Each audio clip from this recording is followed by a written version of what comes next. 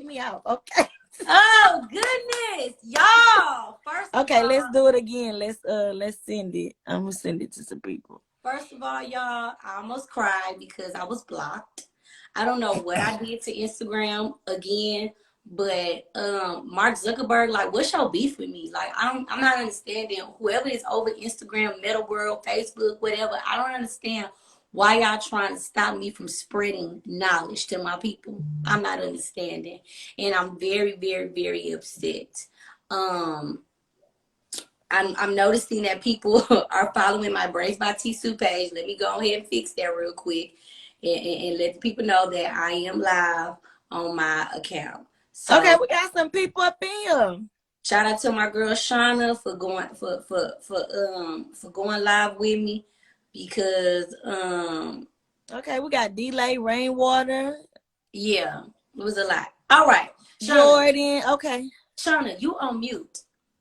Oh. Shauna, you on mute, Shauna. Oh, my bad. I don't know. Okay.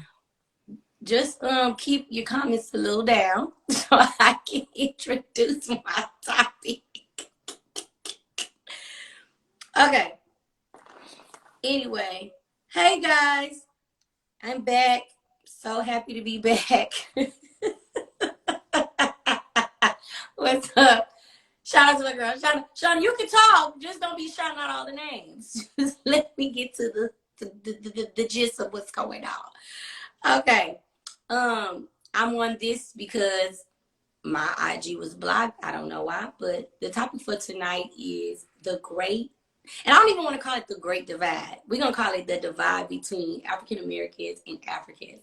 And it's so funny how things be aligning by me coming back on February 1st, which is Black History Month, and then this crazy rhetoric that went on Twitter this past week about if immigrants are an issue to the Black American. I'm not gonna use all them special terms that Tariq Nasheed and them hotels be using. I'm gonna use some basic terms. Are immigrants a harm to Black Americans, specifically immigrants, Black immigrants, which Africans, West Indians, Caribbeans, like, but the topic was between Africans and African Americans. Basically, Tariq Nasheed was basically just trying to say that, African Americans have built this country on their back, and we've done this and we've done that, and that Africans are, gaining opportunity off of things that African Americans did in this country. And so before I even seen Tariq Nasheed spew this on Twitter, because he did like a clubhouse room, and it was him and Nigerians. I don't know what other countries from Africa or what other nationalities from Africa were also in this conversation, but it was mainly between African Americans and Africans, and they were like going at each other's throat about who deserves what, who suffered more, who did this, who's smarter, who's not smarter. And before that even came about, I had already seen a little bit of this rhetoric on Instagram between the African Americans and Africans. And I was just like, what is the beef between the two?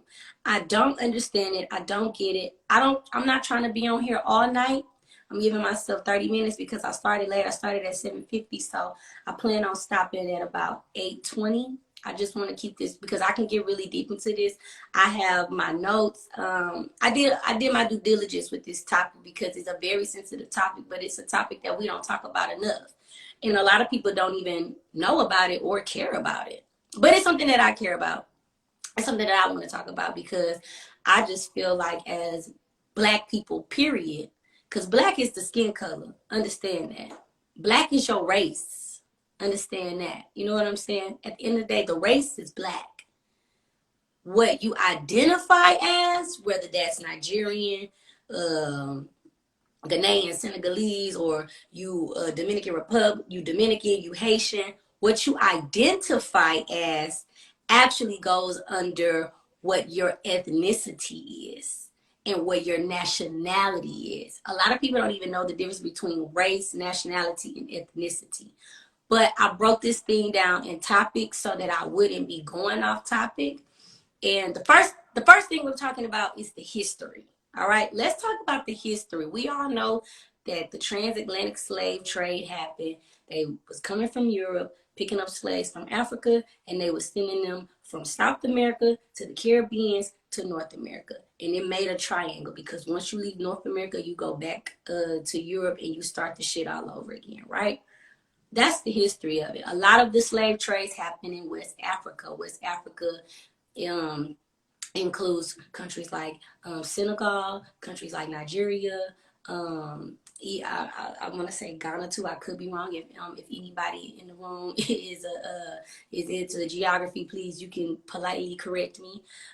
So let's talk about what the history is of African people. Just period, not African Americans, just African people, because we are all African people because we descend from Africa.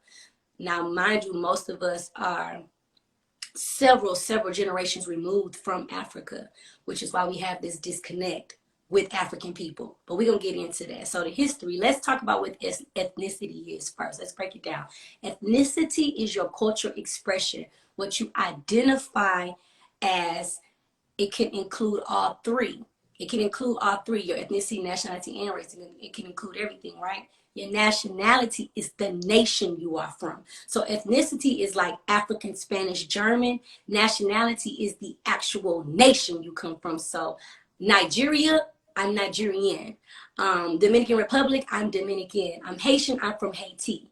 You get what I'm saying? That's your nationality. Your race is what people actually see, what they view, what they're viewing, your skin, your hair texture. So when somebody sees me, they see me as black. If somebody was to see a Nigerian, they're not going to say, oh, he's African. They're going to be like, oh, that's a black person because they're looking at your skin color, right? So let's just giving you a little history lesson on that. Now, the second part that I want to talk about is the Diaspora of Africans. And I might be pronouncing it a little incorrect, but the Diaspora of Africans is basically like, if you are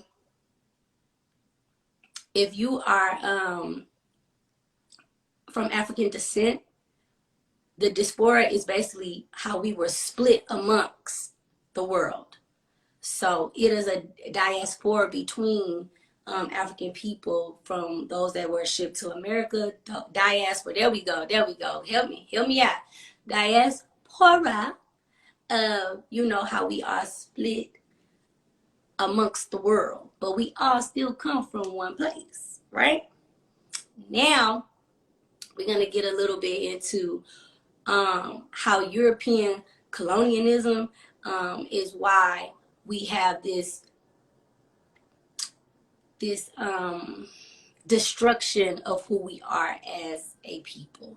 So when Europeans came into Africa, we already know they not only stripped the land of the resources, but they also stripped the land of the people. And they took the most strongest, youngest, not smart, but strongest and youngest of the African people that was sold off. Now, a lot of times, the conflict, because I got this in categories. So right now I'm just giving a little history. A lot of times in history, it is said that Africans were selling other Africans. But here's the thing about that. When you say that, you have to remember that slave trading was just a part of the world, period. It wasn't only Africans selling Africans. White people were selling white people. Asians were selling Asians. If you were in debt to somebody, a person would say, you're going to sell me your daughter, your son, or you're going to sell yourself to me. You're going to work for me until you work this debt off. That was already a thing. Now, what happened and got out of hand was that Europeans were already settling in places and literally destroying the natives of that land. So like the indigenous people, which we like to call Native Americans, they were killing them, slaying them, and they had no free labor to work these lands. So what do? They go to places like Africa and other places, and they go and get people, and they come and cultivate the land. Well, it was starting to become such a big thing doing this trade that more and more countries started doing it. The first country to do it was Portugal.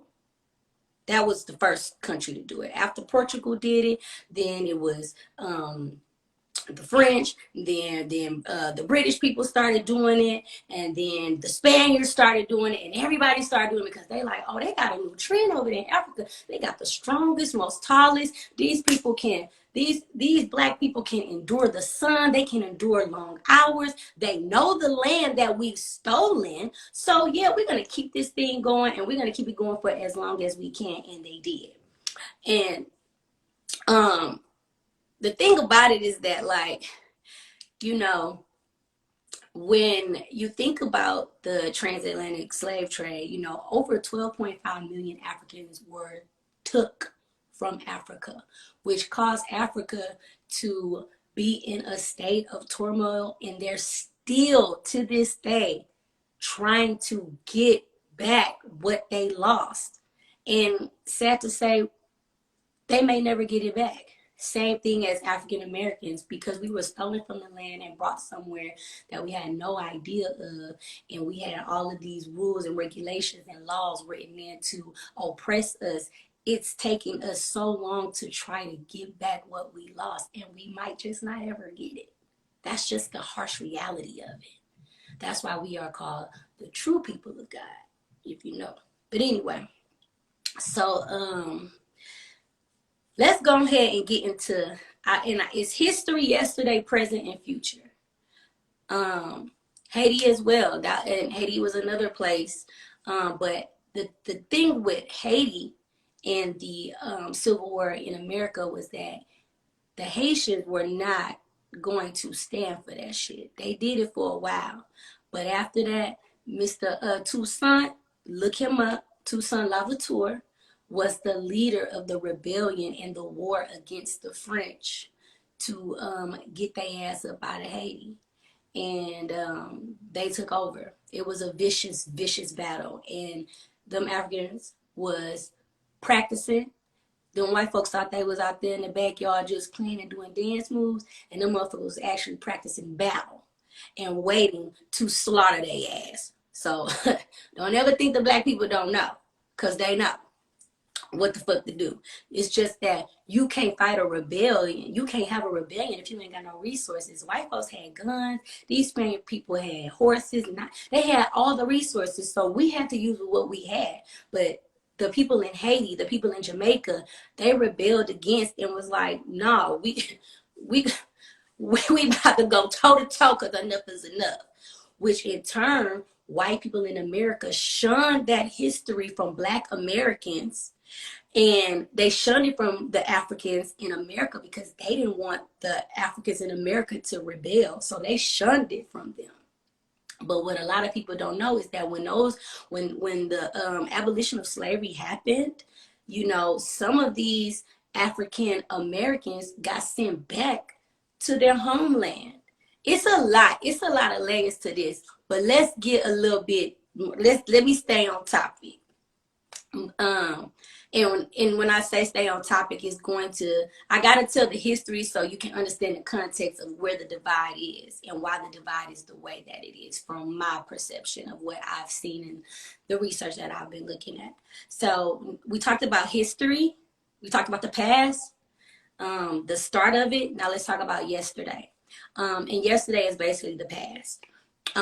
So one thing that I noticed through my research of looking at the divide between Africans and African Americans is the first thing is that Africans come to this country to get a better chance at life. We already know that. You know, you're gonna get more money, get a better job, get a better education. And they look at African Americans as if we are privileged and ungrateful, simply because we don't have to pay for our education from grade school all the way to high school. It's totally free. In Africa, you got to pay to go to school. It's not free. And understand that everything that is done is systematically done. You got to pay to go to school in Africa because clearly they don't want to educate their people, even though they know that their people are the whole reason why the country is the way that it is now, as far as like the resources that they stole from the land and brought into, the European land.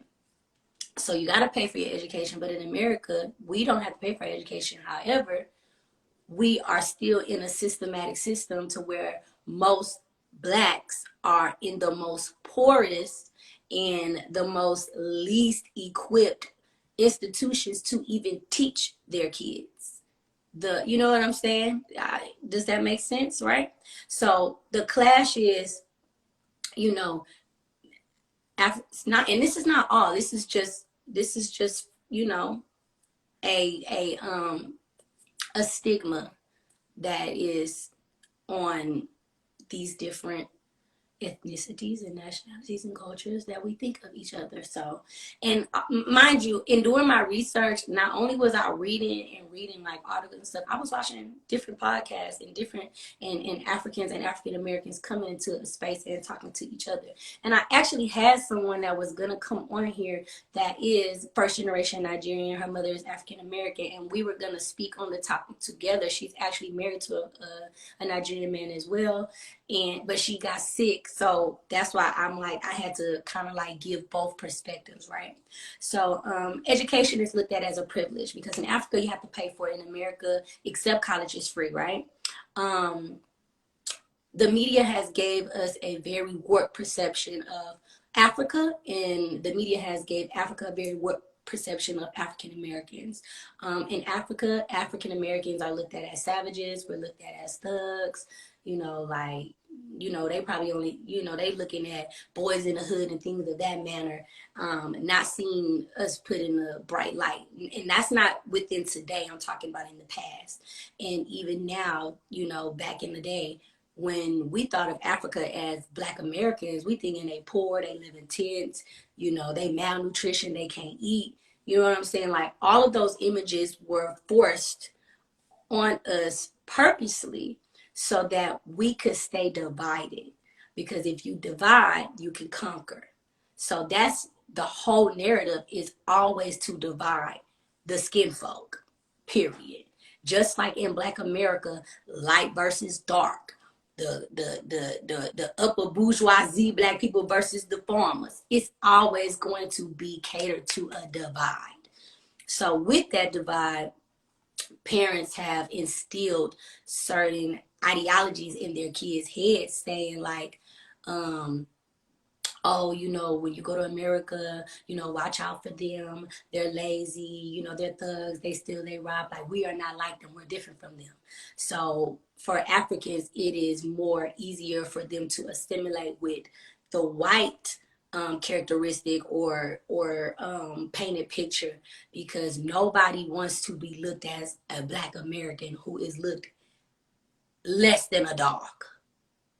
You get what I'm saying? That's why when you ask somebody, what are you? You Black, you Puerto Rican, no, I'm Dominican, or no, I'm Nigerian, no, I'm from, because don't nobody want to associate with being a Black American. We are literally looked at as the bottom of the doggone barrel. So that's the number one thing. You know what I'm saying? And when I was watching these podcasts, the first generation Africans, that's what they were saying. They were saying that their parents was telling them like, don't be hanging out with them. They different. They wild. It's a term that they use, and it's associated with wildcat. It's called, it starts with an AK something. I cannot think of it. It's on the tip of my tongue. Akata, something like that. If you know what I'm talking about, please drop down in the comments. Some of this stuff, I'm just kind of like thinking from the top of my head. But anyway, we also as African Americans or Black Americans had a very strong perception of Africans. Don't they? You know, you gotta watch out for Africans. They steal. They some scammers. You know, Africans. You know, they don't believe in taking showers. They don't believe in putting on deodorant. Like, that's the type of ignorance that is spewed in a Black American house, just like the same ignorance is spewed in an African home. So we all have this very white European perception of each other that was definitely embedded in us on purpose to keep us divided, right?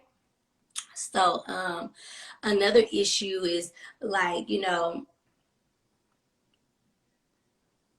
I want to say migrant parents, you know, immigrant parents, when they come out to America, they have a plan.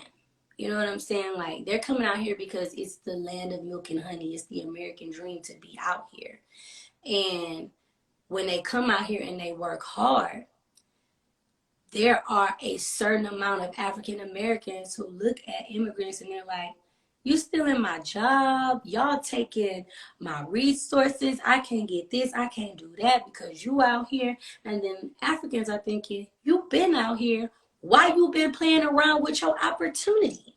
You should have been out here getting your shit. You should have been applying to the schools to be a doctor. It's not my fault that you fell short. Yeah, you coming from some oppression, but guess what? My people come from oppression too. There is this warped perception that people think that all immigrants, specifically like Nigerians and Ghanaians and stuff, that they come from money when they come into this country. All of them do not come from money. Yes, some of them do have generational wealth, because trust me, in order to even get to America, it's not cheap. It's not a cheap penny to get over here if you're an immigrant. And some of these people literally sell their whole livelihoods to get over here. So, you know, everybody is looking at each other trying to have a dick measuring contest of who struggled more, who works harder, who deserved this, who deserved that. When in reality, we all have worked hard. We all have the same struggle. I cannot say that my struggle is any worse than my African brother just because of slavery when they was dealing with a whole apartheid. You get what I'm saying? Like, literally in 1994 was when they ended their apartheid. They couldn't even go anywhere without papers. Our skin folk, they couldn't even go nowhere without papers. We had Jim Crow. It's like, why are we having a shit measuring contest? We all done been through shit. And at the end of the day, when we're looked at from the opposite race, they see Black. They don't see, oh, you African, oh, you Caribbean, oh, you Jamaican. Ain't nobody seeing that. They seeing that your skin is Black, period. So that's another thing that happens a lot, is the comparing of who went through what. We've all been through it. Like, you just Black. Exactly, Melvin, you just Black. So, you know, measuring each other's pain is just so asinine to me. Like, it's crazy. Like, why are we even measuring each other's pain? We've all been through so much. We've all been oppressed. We're still oppressed, okay? And let me tell you something. Nobody likes the Black people in any country. Nobody likes their Black people in their country. So the same way we got hate in America, they hate them over there in Europe. They hate them over there in Brazil. They hate them. The hate is universal. It don't just stop or start in America, you know? So one thing that we have to remember, though, in this struggle is that, you know, African Americans, yes, we are the reason that a lot of immigrants are able to come into this country and thrive. And a lot has been done on the African Americans' back to allow these privileges to be what they are today. And we still have a lot, you know, to go through or whatever like that. However, even though we might know this view to be true, what is the reason for the hostility? You know what I'm saying? Especially like with first generation Africans, West Indians, Caribbeans versus, you know, African Americans. Like, if you were to go back home, would you be able to survive? Like, you know what I'm saying? Like, those are the questions that African Americans pose And Africans, when I was, doing my research, they was posing the same question, like, don't try to shun the African American because they're removed from their because they're like, several generations removed from their ancestors, when you're removed too. Like, could you even take it? Like, like living there and having to deal with certain things that they dealt with too. Like, who's better? Nobody.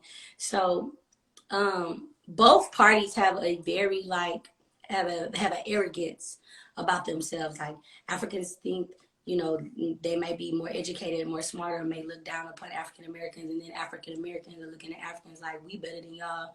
You know what I'm saying? Like, we been here, this our country, you need to go back home, yada yada yada. Like, it's like everybody is saying the same thing. And it's all stupid. It's all stupid. It's all stupid if you ask me. So the present day that I want to speak on is about how Black Americans have tried to assimilate in African culture, and how some Africans feel like it is cultural appropriation. So this is a very emotional topic because, as you know, for a long time, yes, Africans and African Americans have always been looked down by other races, but African Americans felt like, oh, now we got somebody to look down upon too, which were our African brothers and sisters. So there are moments in school where people have expressed that they were the African booty scratchers. They was the, you talking about their dialect and the way they speak, or, oh, why you got this on, or, oh, you smell, or, oh, you live in a tent. Like, you know what I'm saying? Now, me personally, growing up in school, I never had that experience. I never was looking at people saying, you African or are you West Indian. That wasn't a thing. And maybe because I live in the South, I live in Texas, but it wasn't a thing for me. Like, I had African friends and didn't even know they were African until they told me, or like you hear their last name. Like, it wasn't a thing. So that whole rhetoric of like Africans versus African Americans, I don't witness that in my everyday to day life. One of the first men that I ever was like really in love with in college was a Nigerian. My first Nigerian guy ever dated, Nigerian American. Then I dated a Ghanaian after that. And then I dated a Jamaican / Nigerian. So I was all up and through, okay, with the African brothers, okay? Like, it wasn't nothing nobody could tell me. I love me. I'm talking that accent too. I be like, oh yeah, baby, give me the food, bitch. Give me the food to the damn food. Give me that salt and pepper fish, baby, with the soup, baby. Yes, like I was in it. I was immersed. Like my guys that I dated in Chicago, like it was a heavy African presence in Chicago when I moved there. My cab drivers and a lot of the workers that I would meet on the street, like a lot of them thought I was East African and from Kenya, Somalia, Ethiopia. Like, especially when I had my fade, like I always, had that question, like, oh, are you Ethiopian or something? Because I had no hair. So, I was given. I was like, I need to do my ancestry and see where I'm from. So, when we had this big push, when African culture started to become like this big thing, specifically when Wakanda came out and everybody wants to wear the dashikis and everybody wants to know what part of Africa that people are from, not everybody, but some African people feel like, well, y'all didn't think we was cool 20 years ago, so why y'all think we cool now? Like, why y'all trying to be down with the culture and y'all wasn't down with it 20 years ago? Just 6 years ago, we was African booty scratchers, and y'all was saying that we malnutrition and we ain't got no shoes and we be running in the bushes with the lions and the tigers and the bears. But now all of a sudden y'all want to be all down Wakanda, want to find out where you from. They have a point. I just gotta be honest. It's just like us as Black Americans when we feel people appropriate our culture. When we feel like people like the Kardashians or the Asians or the Mexicans, you know what I'm saying? The Latins, when they be appropriating our culture, wearing our braids and doing this and doing that. And we be like, don't be coming over here trying to act like it's cool now, because it wasn't cool just 5, 10 years ago, 20 years ago. You know what I'm saying? It wasn't popping in, so why y'all want to try to come over here now instead?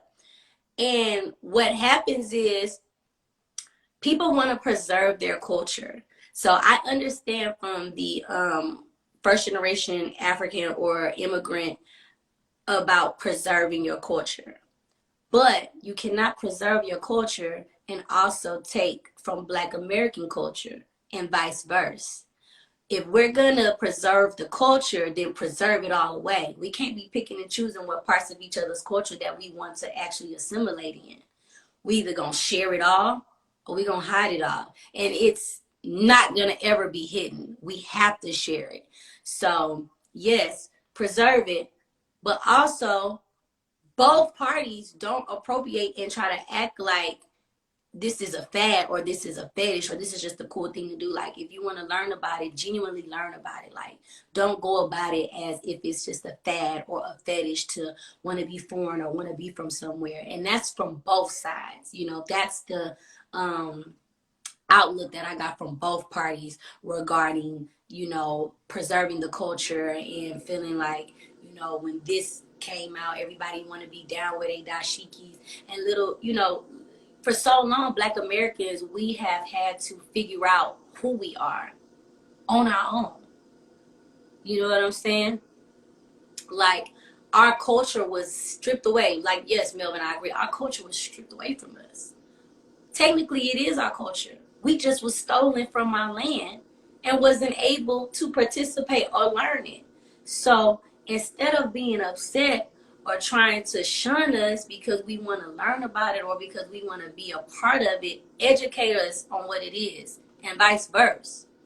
Your culture is your culture and mine is mine too. But if we're going to share and pick and choose what parts we want, that ain't going to work. That's like, you know what I'm saying? That's just like, okay, you don't want me to wear a dashiki. I don't want you to say nigga.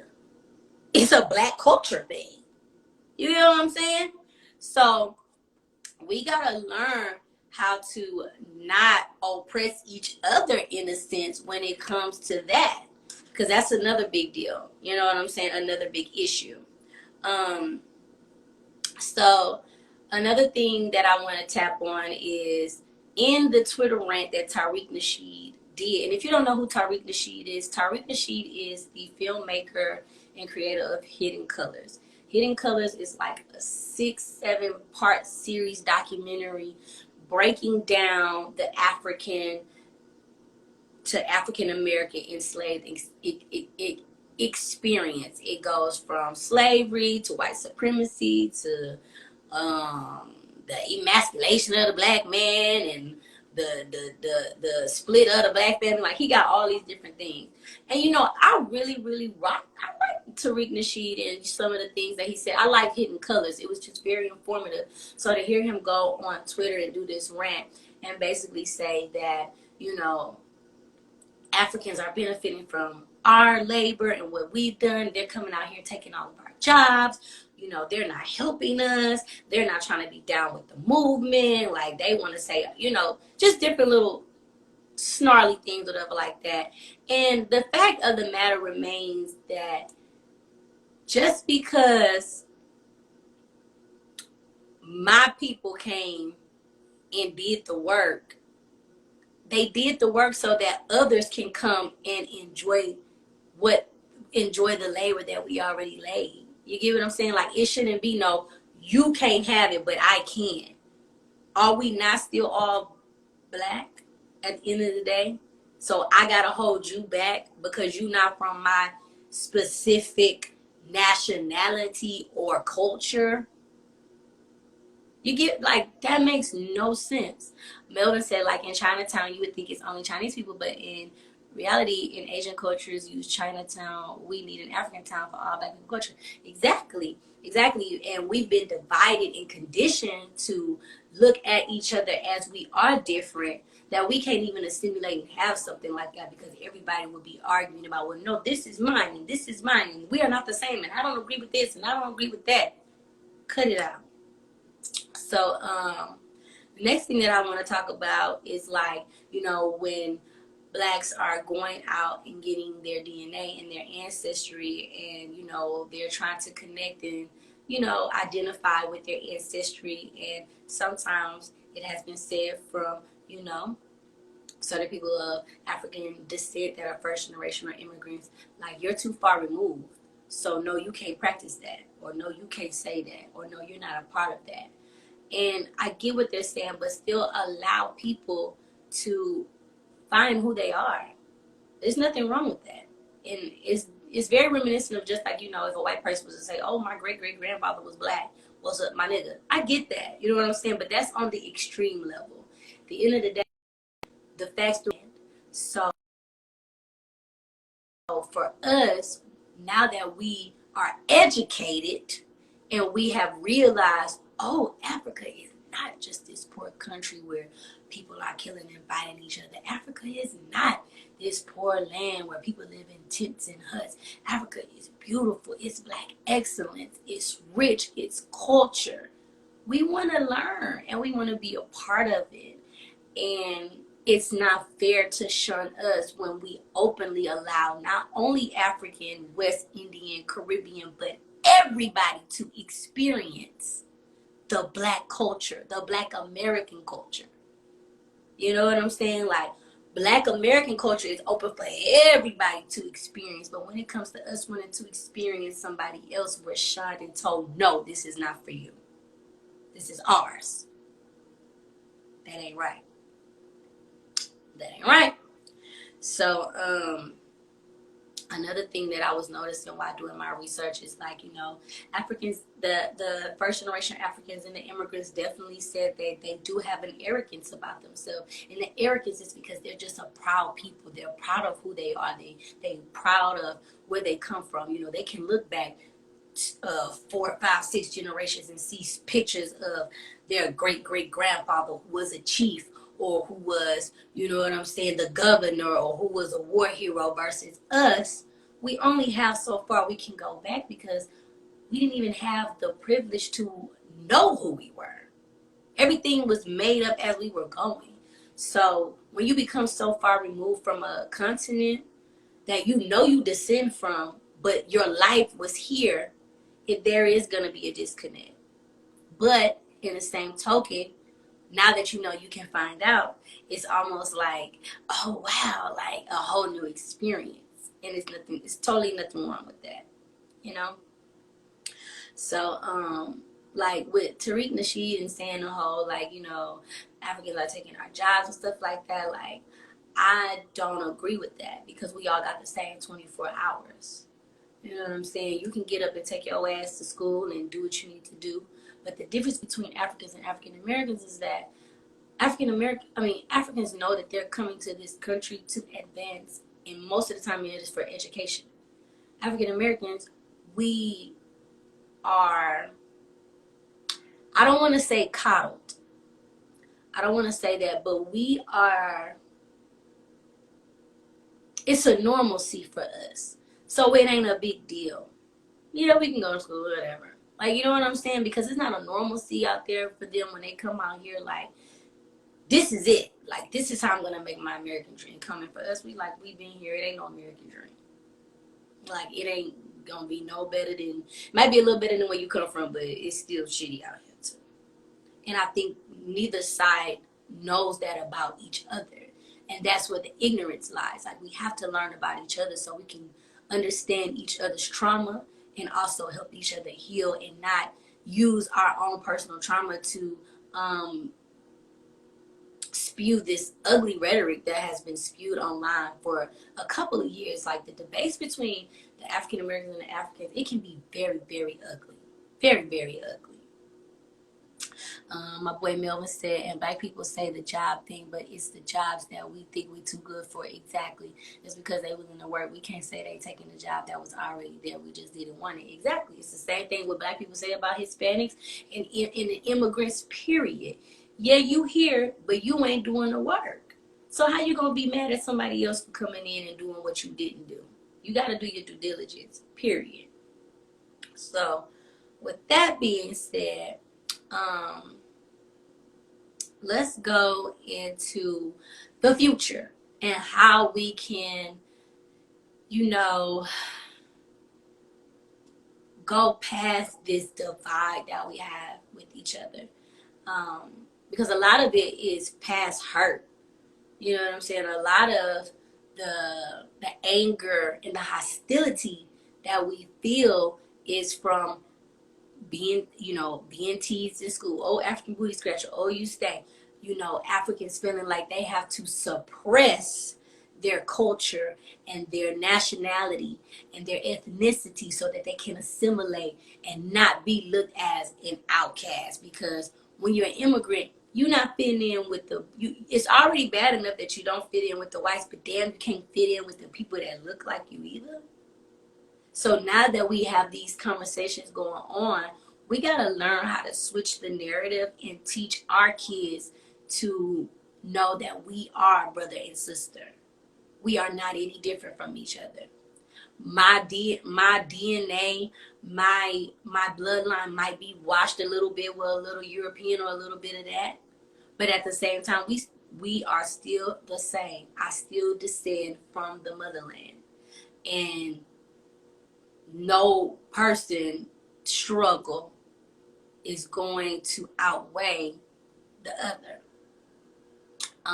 So for the future, I think that we both need to educate, but educate and have compassion.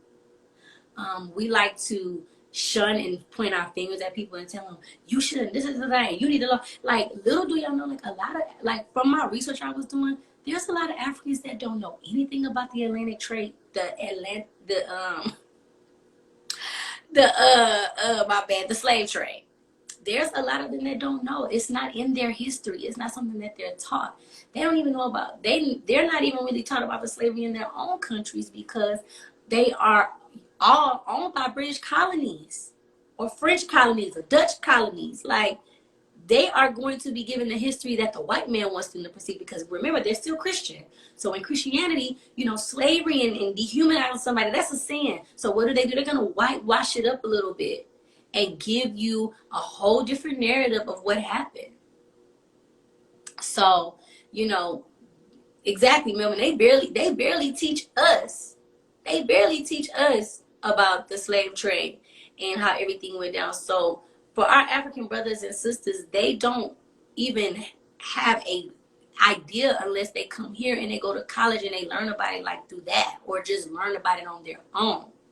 And the media that is portrayed on Black Americans to them is the thugs, the lazy, the stealers, the thieves, the whores, acting like you ain't got no sense. The sad thing is that both parties make really good statements, and it's a harsh reality that we both have to unlearn these stereotypes that we have on each other. And because of the divide that is always spewed on social media, we're going to have to make an extra effort to denounce those stereotypes. They went crazy on Beyonce when she wore, her African garment at her baby shower or something like that. They went off on, I'm talking about, first generation African immigrants. They went off on Ari Lennox when she went to Ghana and said that she felt connected to the land. Like, how are African Americans supposed to feel in a safe space to even want to learn about the culture when we do try to learn about the culture, we're shunned and we're told, you need to mind your business and you're too far removed. But on the flip side, we can say we can tell Africans you're taking our jobs, you coming in our country, you piggybacking off of what we did. So it's like every party has a hand in the destruction of each other's image. And it's really, really fucking sad, because we are definitely all looked at as the same when it comes to the other side. All right? When that white cop is pulling you over and he racist, he not asking you, are you from Nigeria or are you from Baltimore? All he see is a black man with some black skin. So the next thing that I want to say is just like, how can we unite? And like I said before, neither side has really took the time to learn each other's history, and understand, you know, what each other has been through. We also have to, you know, understand that everybody is saying the same thing and not even noticing how stupid that they sound, because we legit are arguing the same shit. We legit are arguing the same shit. It's just one is in America and the other comes from the land we actually descend from, which is Africa. We both have struggled. We both have no power in any of this fight. We are all hated across the land. And although, like, in Africa, like, everybody's black, there is no race. They're all black. They go by their nationality. They go by their ethnicity. You get what I'm saying? So when you come in here to America and you just used to seeing your people or who you identify with in your tribe or whatever you have made, you come here and you see this divide, like, oh, the Black Americans stay over there, the West Indians stay over there, oh, the Afro Latinas, they stay over there. Like, everybody is just so divided. So what do we do to come together and try to change that, you know, change that?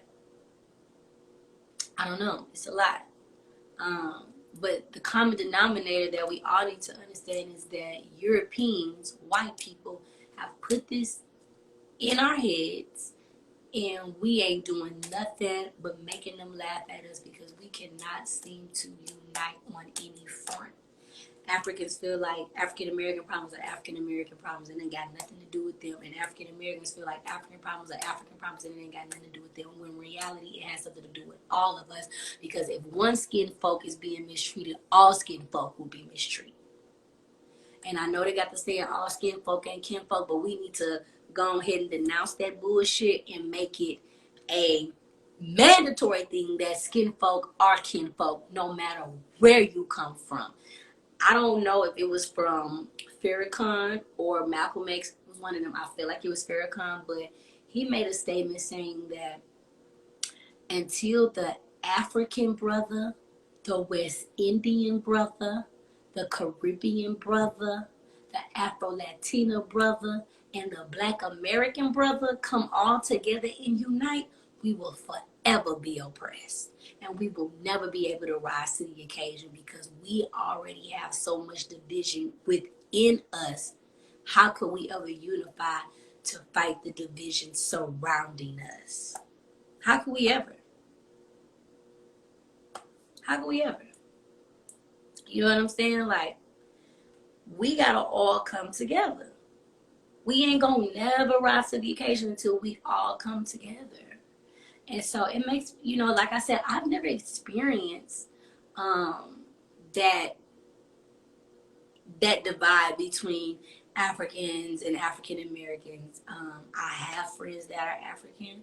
I never looked at them like, oh, you this or you that. Like, that never was my experience in school. And like I said, it could very well much be because I'm from the South. I feel like a lot of the divide comes from like the East Coast.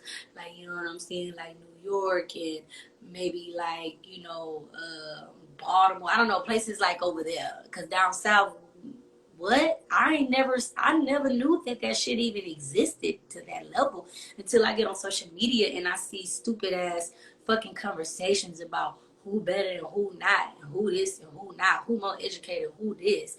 Like, I was looking at some of the podcasts and some of the documentaries and like some of the first generation Africans, descendants were saying like, you know, they've been on social media and even seen like, you know, Africans telling American girls like, oh, you can't talk to our African men, or why is he dating an African American, and vice versa. Like, she's African American, why is she dating an African? And oh, they're, you know, they cultural appropriate, and then you got African Americans saying, oh, look at that. Like, it's just so much. Like, the divide is just so heavy, but it's only on social media. You know what I'm saying? Like, I've never experienced that in real life. And I'm sure that everybody has their, you know, little side conversation that they have amongst their people and in their communities and, you know, who they're comfortable with. But me, myself, I ain't never had no conversation about no Africans. And I ain't trying to be rude, but I don't really give a damn. You black, I'm black, we black. Hey cousin. You get what I'm saying? Like, I ain't never been sitting around saying, yeah, Africans is this and they this and they da da da. That ain't never been a thing. So I'm just trying to figure out where all this hate and disdain for each other is coming from. Cause that ain't a thing where I'm from. That ain't a thing. Even when I was in Chicago, that wasn't a thing. Nobody was saying the Africans. The Africans this or the Africans that. Like I wasn't a part of that. So I don't know if it's maybe this new generation of first generation Africans and African Americans, like maybe the motherfuckers in their 20s, like their early 20s, whatever like that. But I don't know about that. Melvin says, besides me saying that they got some fine ass chocolate men, that's all I got to say. You know what I'm saying? Yes, that's what I'm saying, baby. I was in love with with one for 4 years, child. I was infatuated. Let me say not in love. I was infatuated. But I hope y'all enjoyed the topic. I told y'all that I'm going to be turning Tapin Tuesday into something a little more intentional and a little more like I want to talk about like, you know, hard taboo topics that we usually don't like to talk about. The next episode I'm going to be spilling about is what is sexual assault. I spoke about this on season 2, how I was sexually assaulted when I was 19. And last night I watched the 4-part documentary of Bill Cosby. And it was, I'm not going to lie, it was triggering. It was very triggering because I've lived through that experience and the whole rape culture and how victim blaming because of situations can really make you feel like you deserve the mistreatment of a man, you know. Just the fact that, you know, the questions like, what did you have on? Or why would you go to his house at 2:30 in the morning? Or why would you agree to get in a car? Because I thought this was a decent fucking human. And I wasn't expecting him to violate me and take advantage of me. So if you haven't watched the 4-part documentary of Bill Cosby, we need to talk about Cosby on Showtime. Please watch it. I haven't even sipped my drink this whole time. Please watch it. It's such a good documentary. It's crazy because he did some amazing things, but he did some really fucked up things to a lot of women. And often we try to separate the art from the artist, and sometimes you're just not able to separate it. So what is sexual assault will be next week's episode. I'm hoping that they take me off of block from live. I don't know what I did to these mother suckers, but try to tell the good honest truth and give my people some history lessons. But if you guys liked this episode, please share it. I'm gonna put it on my YouTube channel tonight. Shauna saved the video on your story. I'm gonna download it as soon as I hang up. So save it. I love y'all. So thankful that you guys tuned in and tapped in with me. I know it was a subject that many probably don't give a damn about, but I give a damn about it, and I'm a historian, and I love talking about topics that are cringy or are uncomfortable because I am not biased. I know how to look at both sides of a coin. So shout out to Melvin, Shauna, Danye, everybody that was up in here tonight. D-Love, Delick, whatever that means. I love y'all for real. So I'm out of here. Tap in Tuesday, season 4, episode 1, kicking off Black History proper. Let's unite. Let's love one another, and let's not cause a greater divide than we already have. We got to bridge the gap. Because let me tell you something, that's what these folks' whole MO was to divide and conquer. And unfortunately, they doing just that. Oh, thank you, Miss Fonda. Hey, girl. So I love y'all for real. I did good. I made it to 8:40. I said I was gonna stop at 8:20. I'm 20 minutes over, but that's all right.